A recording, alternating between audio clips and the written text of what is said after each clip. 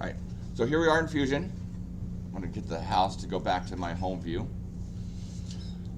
And so the first step is we need to draw what we want our things to be. So if you go to create, you'll see that there's these primitives right here: box, cylinder, sphere, torus. Those ones, don't use those. Don't use them. They look inviting. They're not parametric. You can't go back and edit them. You can add new cuts into them and you can sketch on them and extrude, but you can't change the size of that first box. And which means you're stuck. I did a whole like wooden dresser, and I thought, oh, I can use the box command. I just, instead of having to sketch and extrude and for all of the dados and stuff, I'll just do boxes and stick those in to make my cuts and everything. And then when I adjusted it, all of those pieces stayed where they were and didn't move with the rest of the part. So basically wasted like 60 hours. Maybe not 60, maybe like 20. A long time. And so after that I was like, nope, don't use these. Unless you're doing something super basic that you're not going to change. So, okay, so there's my disclaimer. Don't try and use these ones. They look nice. They're like, oh, cool, I can do it real quick. No, don't. We're going to go up, and we're always going to start here from create a sketch. This is where we start our drawing. So it's got a picture of kind of what a sketch could look like. Don't make it look like that. That's too complicated. Keep them simple. So there's two kind of trains of thought on sketches. I mentioned this on Monday. One is do a few sketches and make them complex. Like put as much on that sketch as you possibly can so you can just go back and keep reusing it. And then there's my idea is keep them simple, do lots of simple things. The big complicated sketches work if you don't have to change stuff. If you know exactly what the part's going to be and you don't mind taking the time to constrain and get everything lined up and make it all there on that one sketch. It's not the way that I want to do it. I want you guys to learn how to do it the way that's more adaptable. Because maybe that feature that's there you might get to take away, or you need to change it or do something else. Also, like some people, they'll draw this and they'll actually draw all the holes on that first sketch. No, because now you're extruding a circle, not using the hole command, which is what I want you to do. I want you to use the things that are more intelligent. The hole command is a lot smarter than a circle, and you'll see that later on today, hopefully also. Okay. And so that's why I break it up, do lots of simple things. So my kind of rule for sketching, and I'm going to write these down on the page also when I put it in, is no more than 8 elements in your sketch max. Like 8 lines, arcs, whatever, max. I prefer to say less than 6. And if I can use just the built-in things and have simple, like really just the basic shapes, or drawing a single line, that's even better. So I'm going to go to sketch, and I have to sketch on something. I can't just sketch in the middle of the air, right? So if I was sketching on a piece of paper, I need a piece of paper that's I'm going to draw on, right? And the sketch is flat. The sketchbook is flat. That's where I'm going to draw my shape. And so you have to pick which plane you want to go on. So you have to sketch on something flat. Right now we don't have any faces of an object or anything, so I have to pick a plane. And so if you look at the view cube over here, the horizontal surface is the top plane, which is also, if I kind of expand the origin, I can see that that's also the XZ plane. Don't get caught up on which letters are which. Doesn't matter. This plane here, this XY plane, that would be called the front plane, just so it lines up with the front view here. Could you call it the left plane? Yeah, sure. Call it whatever you want. It doesn't matter. We're not labeling views and stuff like that. But when you go to make your drawings, Fusion is going to ask you what view you want, and the top view is going to look at it from the top, the front view is going to look at it from the front, the right view is going to look at it from the right. So just to kind of keep the flow, that's what I'm going to be calling them. I'm not going to call this the XY plane in the instructions, I'll say on the front plane, just so you don't have to like, which one is the X, Y, and Z? You can look at the view cube and be like, oh, that's the front or that's the right, okay? So you pick a plane to draw on, and then you get your grid. So your grid lines up with your plane. So sometimes people will do it, and they'll really want to draw on this plane. They'll want to draw it kind of where it's flat, but they'll pick here. And then they'll go in and they'll draw the rectangle. They'll go do, do, do, do, do, do, do, do, do, do, and I can make these two equal, or parallel. Make those two parallel. And that looks like it should be on the top of this part, right? That's kind of lined up in the same shape as this top, where the lines are at 30 degrees each way. Is that on my sketch plane flat though? No.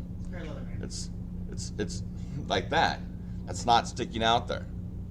If I wanted to do that, what I would want to do is go back home, create a sketch, make sure it's on this plane, and now I can just draw a rectangle, right?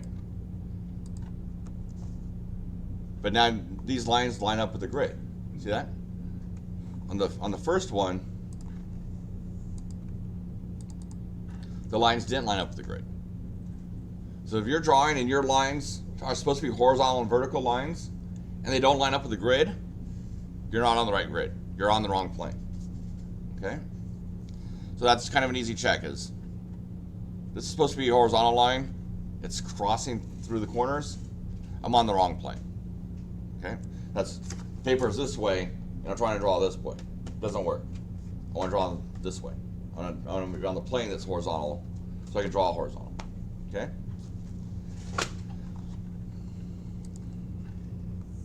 All right, so let's get it. So I'm going to create a sketch. I'm going to draw on this plane here.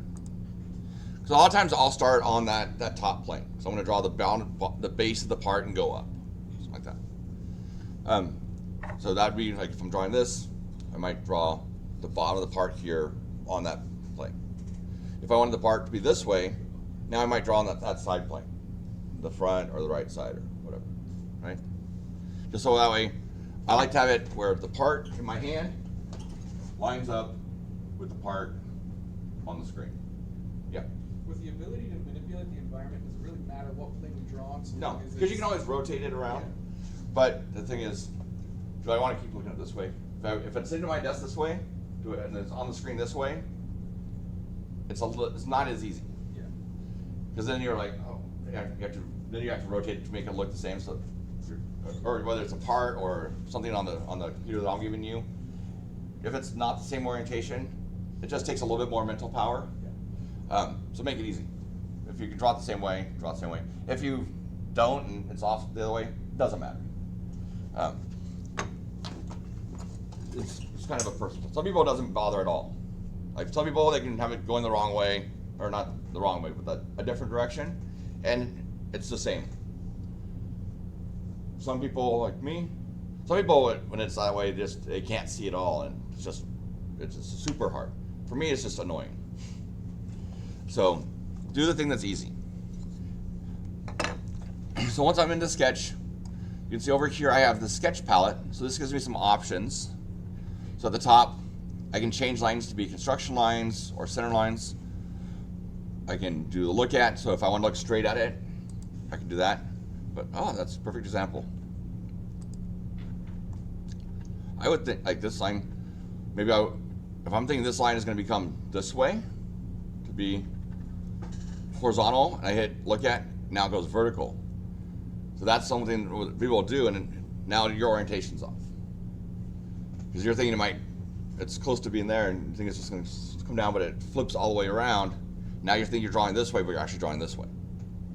So that's why I like to draw here, or in some kind of angled view. I don't like to draw straight at it, because you can see that's gonna slide it all the way around. So I don't like that at all. I want to draw here. Okay? And it gets even more screwy on the right or the front plane sometimes. So, and in SolidWorks it gets even more screwy. Sometimes it like flips all the way around and does whatever it wants. It's not consistent.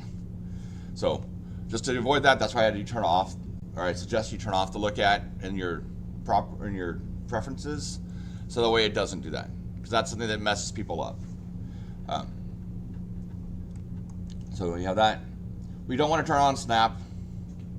You can have the grid off. I like the grid so it lets you know if you're on your sketch plane. It's not big, bold lines, so it kind of can blend into the background a little bit, but still keep you on line. So I like that. Don't use snap because we're not drawing things to snap points. We're going to draw it in and we're tell it how big to be, right? So I don't need to draw it perfect to start out with. So there's no point in snap. Slice is if we have more stuff going on, we can actually, and like we're drawing in the inside of something. Like I want to draw on this face right, inside of here. And so I want to draw here and look that way, but I don't want this stuff all in the way. I can create my sketch and then slice it and only see from here on. And it just kind of turns off all of this stuff. So that's what slice is. So we'll get to there eventually. Profile means we're drawing a profile. We're drawing a shape of what we want to make 3D. Profile, with that on, it highlights that area. So, actually if I do a rectangle, so if I uncheck profile, you can see it unchecked, it unfills the thing, the profile. So it's filled when I have it checked. I uncheck it, it takes off the filling. I like to have it checked so that way you have a closed profile. Because if it's not closed, there's no filling. But as soon as you close it off, it fills it in. So that lets you know that you have a closed profile and you can make something 3D. So I prefer to just keep that on. Constraints, these are just, if you want to see the dimensions of constraints, if I turn off constraints, it turns off all the constraints, the images of them. I can turn off projected geometry, so we'll talk about that later. And you can turn off construction geometry, which we don't have right now, but if I had, let's see, a center rectangle, and I turn off construction geometry, it turns off those construction lines. Okay? So those construction lines don't count as part of my 6 or 8 things, because they're there just to help center this up. That's what a construction line is? Yeah, it helps you do something. It's not part of the profile, so it's not going to be cutting there. So see, if I pick, it picks the whole area. It kind of ignores those construction lines when I pick. If I pick on that line and I turn it off of being a construction line, now I can pick this side or this side. Now it divides that into 2 profiles. So if you want to divide your profiles, it's a regular line. If you don't want it to divide your profile up, make it a construction line.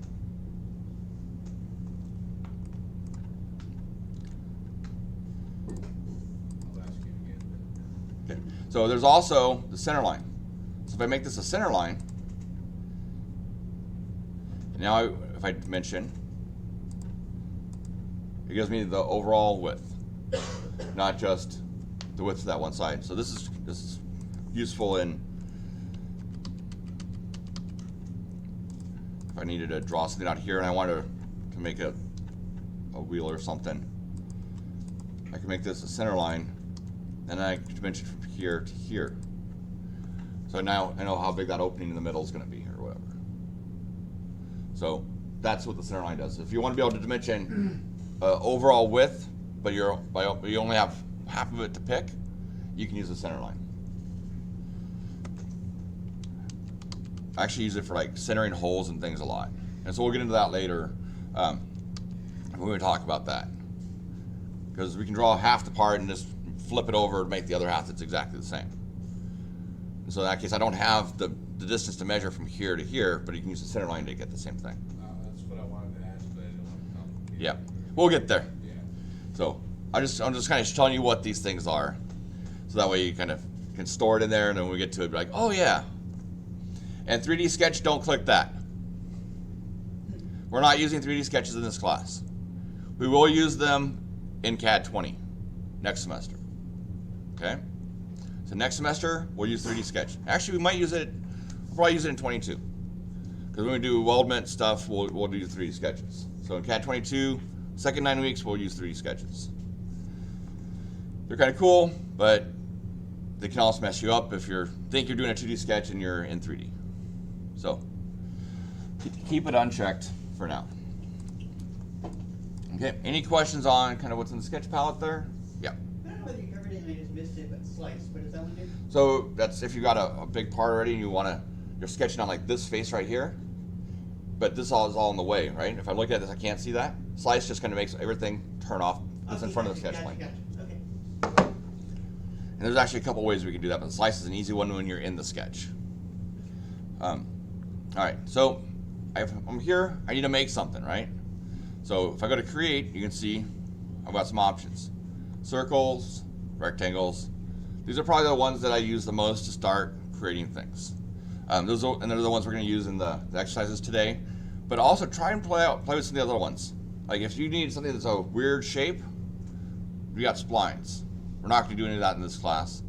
If you need to draw something that just a single line or a few lines, you have the line command. But the one I use besides rectangle, circle, the other one I use the most is slot. And so I can go down here, and with one command, I can draw that whole thing. It's pretty useful. Instead of having to draw a rectangle and cut it out and add the fill to the end. But we'll get there later when we talk about drawing with curves, because sometimes we want to draw the curve, sometimes we don't. And so we're kind of not doing that yet, but we'll get there, and I'll go over that more. But like I said, line, circle, easiest one. So circle, you have a few options of how you want to do it. So whenever you do a command, over here you get options. So different ways to make that thing. So circle, by default, it wants to do a center and a diameter. You can also do 2 points, so you can click 1 point here. So now you're drawing the like you're picking 2 points on the diameter of that thing. You can do 3 points, so you can pick 3 points and it's going to go through those 3 points. Sometimes that's useful. You have 3 tangents, so draw a circle and hit to 3 tangent edges. Or a center point, or the tangent and a radius. Do that. I never do that here because if I'm doing that, I'm going to use the fillet command that we'll talk about next week. I'm not going to do this, especially not in a sketch. This one, maybe, but I'm probably just going to draw a circle and then use the tangent constraint right here to make a tangent. So I don't do that one. I usually only do the center diameter and maybe the 2 point. But even if I need a 3 point, I can always draw it and use coincident to make it go in. So for circle, I use center diameter. That's like 99.9% of the time. So we need to pick a center point. One thing is when you're doing your sketch, your first sketch, something has to touch this point right here. That's our center point, that's our origin. If you put things other places, they can still move around and float, and you're never gonna make it turn black. Remember, that's the key. We wanted it always to turn black. If you draw it over here and you don't touch this, it's never gonna turn black, no matter what you do. So always have something touch the origin on your first sketch. I personally like to keep the middle of the part on the origin, especially if it's something that has any kind of symmetry at all, so it's same on both sides. I like to do that. You know, lots of parts have some symmetry, so I like to have the origin somewhere in that middle, somewhere. And so I put the circle there, boom. So for circle, also the C. So when you look at it here, if there's a letter next to it, that's the keyboard shortcut. So L for line, C for circle, R for rectangle. So I'm going to click, and you're not dragging, you just click and let go. Okay, see my hands are off of it. I'm moving the mouse, but my finger's nowhere near the button. It's click and let go. Don't click and drag. So if I try and click and drag, it doesn't, it works. Some programs, it doesn't work, it messes up. So in most CAD programs, you click and let go. I bring it out, and then I click I don't know what number that was, right? It doesn't matter, because I'm going to tell it how big to be. Remember I said I like to draw it, make sure it's correct, and then add a number. So now I'm going to go in, and I'm going to do dimension. So D is a shortcut for dimension. So you can see that right there. Now I can pick on it, just move over somewhere and click. And it's asking me for the diameter. If you pick on a circle, a full circle, it's automatically going to ask you the diameter. So I'm going to say like 1, and it fixes it. And you can see that's the diameter symbol right there, the circle with the line through it.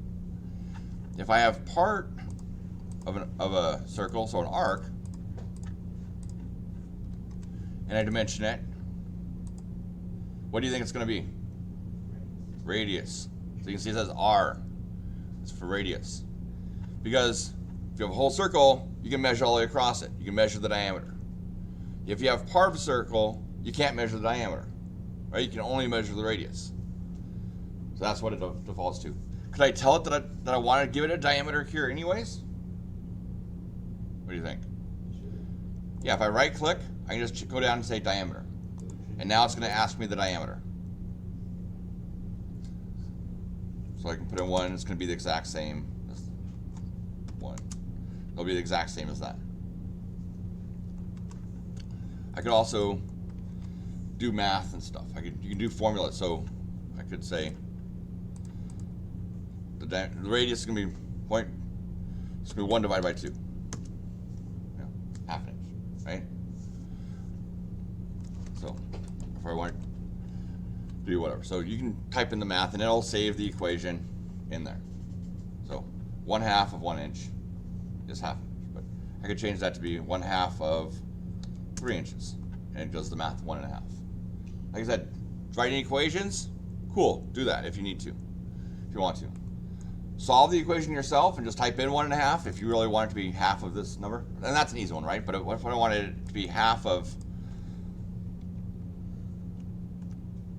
3.15? Now, I don't have to do the math now. It's going to give me 1.575. It's going to do the math for me. Here, I just put in the number that I want half of and let it do the math. Okay? I can also say 1 inch plus 2 millimeters, and it'll do the math. And I can use any unit I want. I can use feet, meters, miles, kilometers. Might even be able to do light years. I don't know. But unless you put standard and metric together like that? Yep. Because it knows the conversions. Yep. Could you define it in relation to like that other shape? Could I say it should be double the size of the other circle? You are reading my mind. I could say that demon times 2. Nice. Just by picking on it. So when I click on this one, just down here on the bottom right, this is kind of my information area. So oops. Pull that up there. So down here is my information area. And so you can see that it says, from this, when I pick the circle, it tells me the information about the circle. If I pick the dimension, it tells me this is dimension 1, D1, and this is its value. I pick on this one, gives me, that one is now D3, because I made D2, but then I erased it, so this is D3. And its value is this.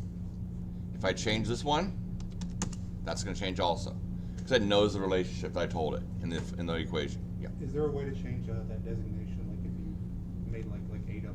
No. So I mean, you can, but don't. Okay. I have some that it's like D2000. Yeah. And in SolidWorks, that keeps it a D. You have a D1 for every single sketch, so it's D1 at sketch 1, D1 at sketch 2, kind of thing. So they all have the same kind of thing. But we can also name things if we want to, and I was going to talk about that later, in a couple weeks. But you can name things like wall thickness or height, and then you can just change it real quick, and it'll update it wherever you use it. So that's in the making it easier unit. Okay. So any questions on that stuff so far?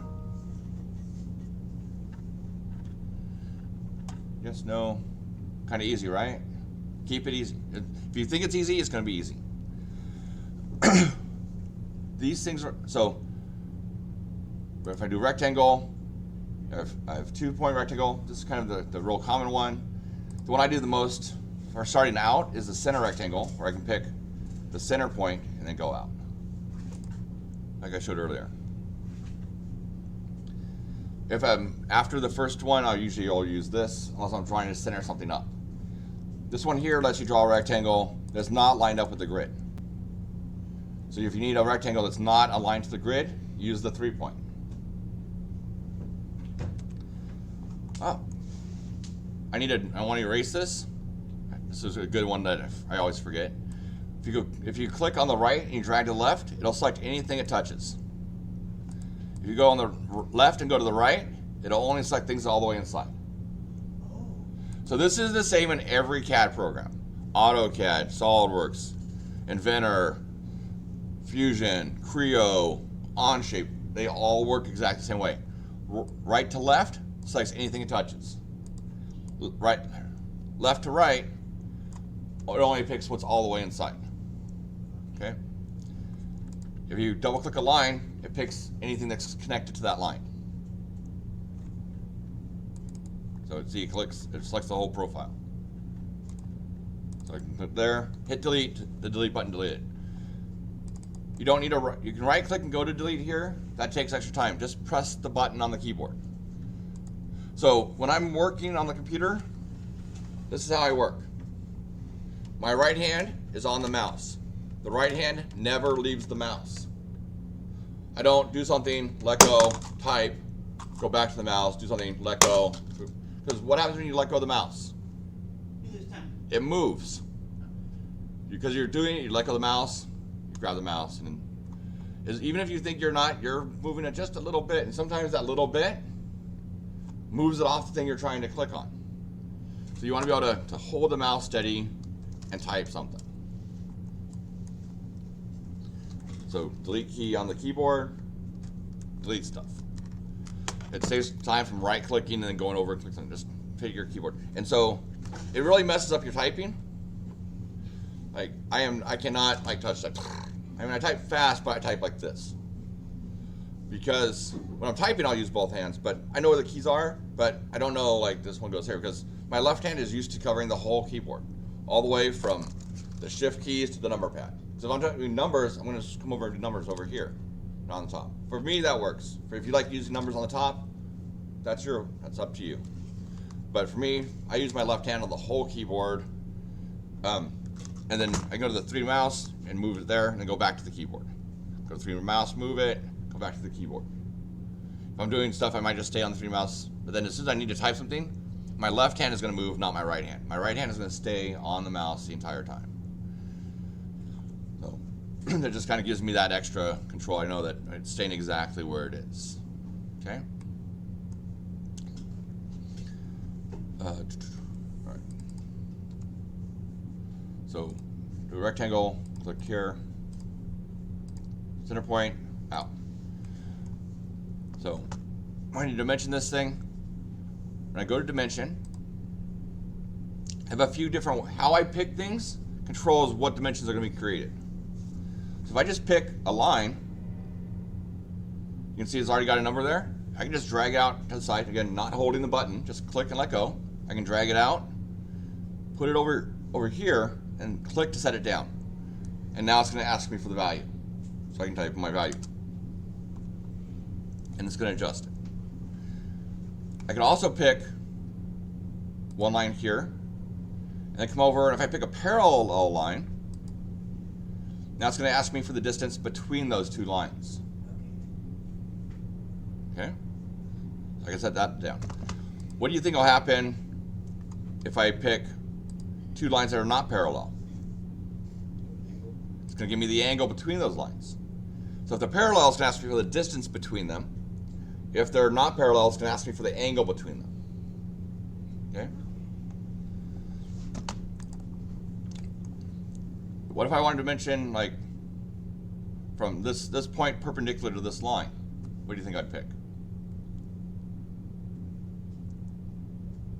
You want to do what? If I wanted to mention from this point perpendicular to this line, so I wanted this, so let's see. Or you want to, okay. I wanted this distance right here without having to actually put it in, without having to draw this line. Because we don't want to draw lines we don't need. Probably click on the point and then the constructed line. Yeah, so if I pick that line and the point, or the, yeah, point and the line, now I can get that one. You can see it's the same, that's 1.07, it's that dimension right there. And I think you're right that I have to pick the point first. Oh, I can do the line and then the point, either way. Sometimes you have to do one, the order matters. If I want to do between here and here, I can just dimension there to there. And now I can do kind of thing. So if you're dimensioning something that's not line up the grid, you always have three options. You have the horizontal distance, or whatever this one is, the vertical distance, or the aligned distance. Kind of depending on where you move your mouse. Okay? So again, not clicking, just moving it from there to there to there. You can give it any one of those three dimensions. Okay? Questions on any of that? So knowing how to pick things to dimension them is an important thing. So that's one of those things you can practice while you're kind of in between the assignments and things, is practice doing things like this. Draw some lines, practice dimensioning between them and things. How do you create this dimension? How do you do this? If I had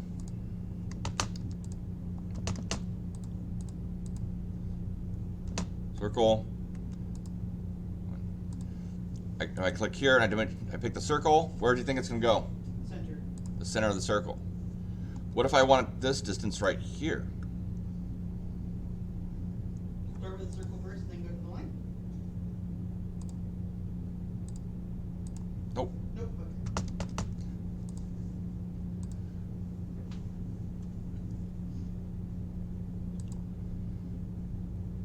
Where can I see other options? With the sketch palette. The create down. No. Like, where can I? Oh, When I was dimensioning the circle, the diameter of it, where did I see other options? The sketch palette.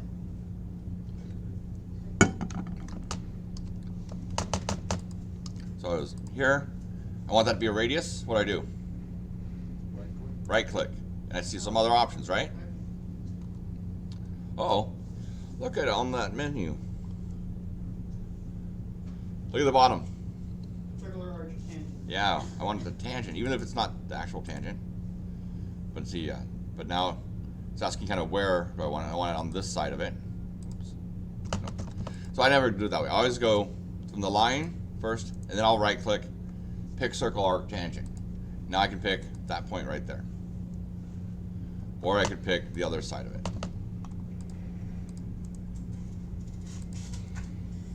So it's going to do whichever thing would be tangent to that line, even if they're not actually tangent. So depending on the angle of the line, it'll pick, so you only get those two options. Now I can tell it I want it to be 2 inches between those two things. I guess 0.2, right? So now when I dimension this, it's going to get bigger going away from that. Okay? Any questions on dimensioning? No? Alright. Oh. So that's kind of the rectangle there, circle. Those are how I usually start a part. Keep it simple, right? I'm not going to draw the whole big outline and stuff. Even on this, I could draw this rectangle and the circle here, but they're at two different heights. So I'm going to have to do two different commands to make them anyways. So I'm not going to do it. I'll do one and then the circle. Okay? So kind of, and we'll talk about that more, breaking down the parts and things. So for now, that's it. These commands over here, these are our constraints. These control how geometry is related to each other. So if I have, let's see, here, and I have a line here. And so what do you think this first one is? Oh, or it tells you, but what is horizontal vertical? What is that one going to do? It lines it up with the grid Yep, it's gonna line it up to the grid. So if I'm trying to draw something like a little L shape, I can just do it there. Get it going, and now I can tell it horizontal, vertical, boom, it's done. And it's lined up with like that. I didn't have to spend a lot of time trying to make sure my points were lined up vertically and horizontally when I drew it. So I could click here, make sure that that shows me that it's horizontal, because it's going to add the constraints as I go. I can make sure, okay, now it's locking in perpendicular. You can see the little square there. And now this one's going to lock perpendicular. And then, oh, nope, I want that one. So I could do that. Oh, that's off. Now I can just fix that one too. But it's faster just to click the points and then add the constraint real quick. So if you need to do something that's going to be horizontal or vertical, you don't need to waste the time trying to make sure it's perfect when you first draw it. Just make it straight afterwards. Also, that's another reason why the rectangle command is good, because it automatically locks them in. Like, don't draw a rectangle like that. Everyone does it. Don't do it. Use the rectangle command. It's faster, right? You click twice instead of 4 times, and it's perfect. So, don't do that. So, that's that one. Coincident, what do you think that one is? Make sure they coincide with one Yeah. So what does coincide mean? You can't use the word in its own definition. Intersect, like on a point, like two. Yes. So they're going to be the same, right? So with coincident, if I pick a point and another point, what do you think is going to happen? It's going to make those 2 points go together. That's the only option, right? That point now is going to be forever stuck to that corner. No matter where I move it, I grab this corner here. This corner is stuck to that corner. It's never going to leave it. And if that had been an enclosed shape, it would have moved the whole thing. Maybe. Maybe, if it's constrained. Yeah. If it. So coincident just makes, if you pick 2 points, those points become coincident. They become the same point. If you move past that point, could you undo that? Should I undo that coincident one? Yep. Right. So if I click on this point, now I can highlight the different coincident. So right here, there's actually 3 coincidences. This line is coincident with this line on this one. That line is coincident with that line. And then now this is the one that's there. So if I click this and delete that coincident, now it moves away. And you can see it's got a white little ball at the end. That lets you know that that end can move. So the lines themselves turn blue or black. The points, if it's 2 edges connecting together, the point disappears. If it's an actual point that's connected to something, it'll turn black, like there, because it has a center point at the center of those lines. If it's the end point that's kind of open and not touching anything, it'll be a white circle. What do you think coincident between a line and a point does?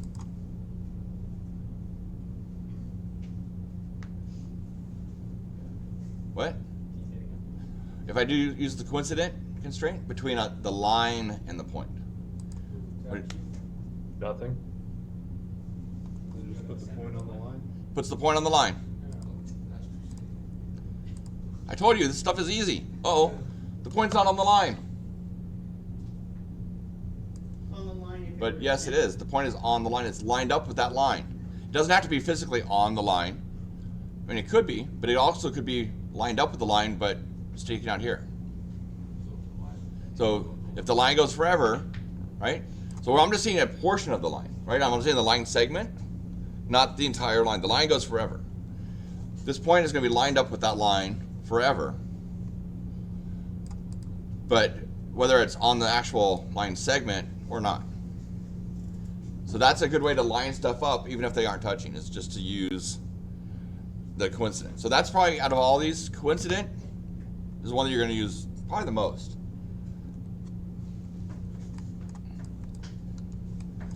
What do you think this one is? What it tells you. Tangent. It makes a line and a circle tangent, or 2 circles tangent to each other. That's it. Equal. What do you think that does? Makes them the same dimension. Makes them the same dimension. So if I do equal this line to that line, boom. Now they both move the same. Oh, so this whole thing is moving, so it's all kind of all over the place. But if I make equal there to there, Square. now it's going to be a square, right? It has to be there. It has to move the same. And so when you want to drag stuff to test it, grab the corners. Corners move better than lines. It'll show you more. Like if I grab this line, like, oh, see, it doesn't move. It's locked down. No, not really. So always grab a corner. If stuff is blue, grab the corner and drag it to see how it's moving. Then you'll see, okay, oh, this one, I need to put a horizontal or vertical on this one, or I need to make it parallel or perpendicular or whatever. Okay? And we always do that. Make sure it moves correctly before you add any numbers. Because as soon as you start adding numbers, it starts locking it down. Even if that number is not the right orientation or whatever. So what do you think the next two are? Well, This one and this one. parallels. Yes, this one's parallel. It makes two lines parallel. Perpendicular makes two lines perpendicular. Right? No real explanation there. This one is fixed. Don't use it. If you use it, like some people do, like, oh, I need to make it black. Ta-da! It's black. But now you can't change it at all. Don't do that. And see, now I can't even take that off. I can't even remove that lock constraint because it doesn't show. You can use the same tool again. Are you sure? Oh shoot! There we go. Yeah. So you have to. So it doesn't behave like the other ones also. So don't use it. There's only one instance to use this, and that's if you bring in geometry from another program. So like you can draw stuff in AutoCAD and import it here, or you can bring in an SVG and bring in those vector lines from the SVG image. And so if it's like real complex stuff and you don't want that stuff to move ever, because you already know it's perfect, yeah, do that. But other than that, don't use this. What do you think midpoint does, the triangle? Well, fix your thing to the midpoint of whatever segment. Yeah, it makes things on the middle. So if I have here, if I hit midpoint, I pick two lines, it's going to make the middle of those two lines the same.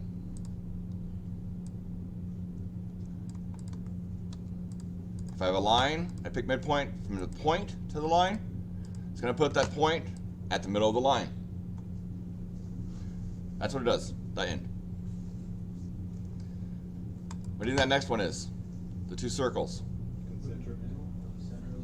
Yeah, concentric means that the centers are the same. So you have two circles, you put that, the centers line up with each other. That's all it does. What about this one here? Collinear.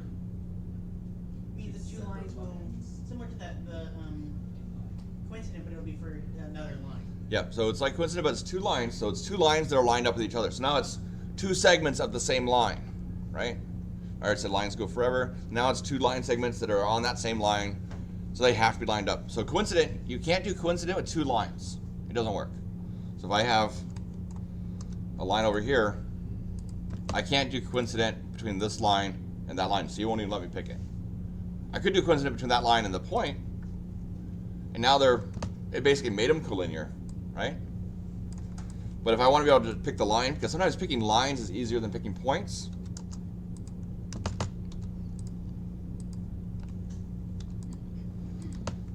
So I can do collinear from the line to the line. But also I can do it from the line to a line that's not already aligned and it'll move it over. Right? So if the line isn't already, if it's not parallel, collinear will make it parallel and line it up. If it's already parallel, then you can use coincident just to the end point of the line and it'll do the same thing. Either way. Well, collinear will keep it parallel. Yeah. You can't make it not parallel. Yeah. without So like here, if I had one that was here and I made it coincident,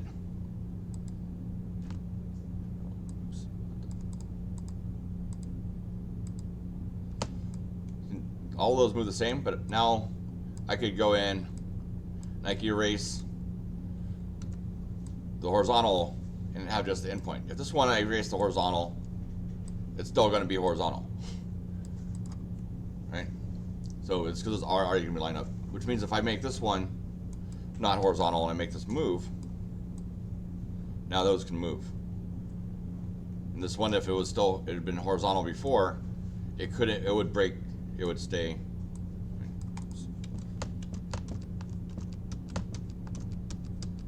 There we go. So if I take that horizontal off there, now I move this, oh, come on.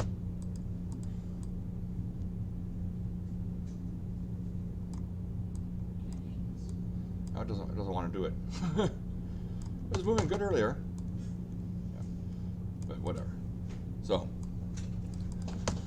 that's what it is. These two don't use.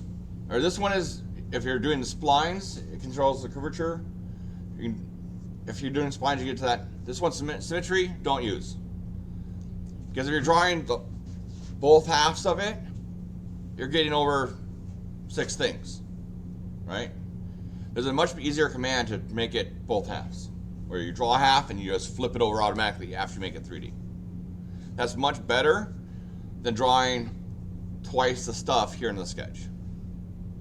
Like I'm doing this, I don't need to do everything over. I can do half of it, get it complete, and just say, give me the other half. After it's all done. It's easier than trying to draw this whole outline. Right? Does that make sense? All right. Yes. Does Fusion have that same shortcut that SolidWorks does for if you want the midpoint of 2 lines with the control? Nope, you don't even, just use the midpoint. Just midpoint, okay. Remember, midpoint, boom, boom. Well, if you're trying to make, like you got 2 lines and you want the midpoint of each line, and you want it to cross. Do you remember in SolidWorks? when you Yeah. do the control? Alright. 2 lines, I want the midpoints lined up, midpoint, boom, boom. Okay. Okay, cool. Much better than SolidWorks. You don't have to right click, none of that crap. You just click the 2 lines. Cool. Yep. Whether that's opposite directions like this or same directions like right here. Where you just have to do midpoint and pick the 2 lines. Awesome. Yep. Any questions on that? Alright, go take 10 minutes. Come back at 9:15.